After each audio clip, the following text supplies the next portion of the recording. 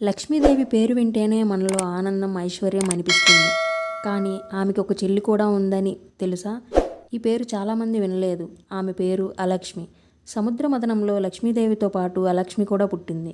లక్ష్మి ఐశ్వర్యం ఇస్తుంది, కానీ అలక్ష్మి గొడవలు, కష్టాలు, దురదృష్టం తీసుకొస్తుంది. అలక్ష్మి ఎక్కడ ఉంటే అక్కడ గొడవలు, కలహాలు మొదలవుతాయి. ఇళ్లల్లో సంతోషం తగ్గిపోతుంది, సంపద తగ్గుతుంది. ఆమె వచ్చిన వెంటనే చెడు శక్తి ప్రభావం ఉంచడం మొదలవుతుంది. రిషిభృగు ఒక గొప్ప సత్యం చెప్పారు. అలక్ష్మిని అవమానిస్తే ఆమె బలవంతంగా ఇంటికి వస్తుంది, కానీ మర్యాదతో ఉపచారం చేస్తే బయటనే నిలబెట్టగలం అని చెప్పారు.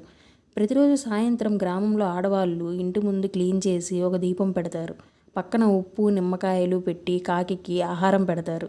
ఇది లక్ష్మి కోసం కాదు, అలక్ష్మిని బయట పెట్టడానికి ఇలా చేస్తారు. ఇంటి గుమ్మంలో దీపం, ఉప్పు, నిమ్మకాయలు, మిరపకాయలు పెట్టడం ఒక రహస్యం. ఇది భయంతో కాదు, మర్యాదతో. అలక్ష్మి ఇంట్లోకి రాకుండా బయట ఉంచడానికి చేసే ఆచారం. లక్ష్మి ఐశ్వర్యం ఇచ్చే దేవి, అలక్ష్మి అనర్థం చేసేది. ఈ రెండు సహకరించడంతో నీ శుభం అశుభంలో సమానంగా ఉంటాయి.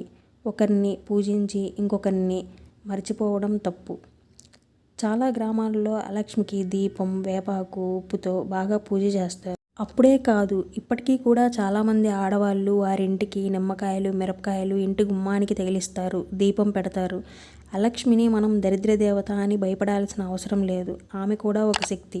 ఆమెకి కూడా ఒక గుర్తింపు ఇచ్చినప్పుడే మన ఇంటికి ఐశ్వర్యం వస్తుంది. ఇలాంటి మరిన్ని విషయాలు మీరు తెలుసుకోవాలి అంటే మన ఛానల్ని సబ్స్క్రైబ్ చేసుకోండి.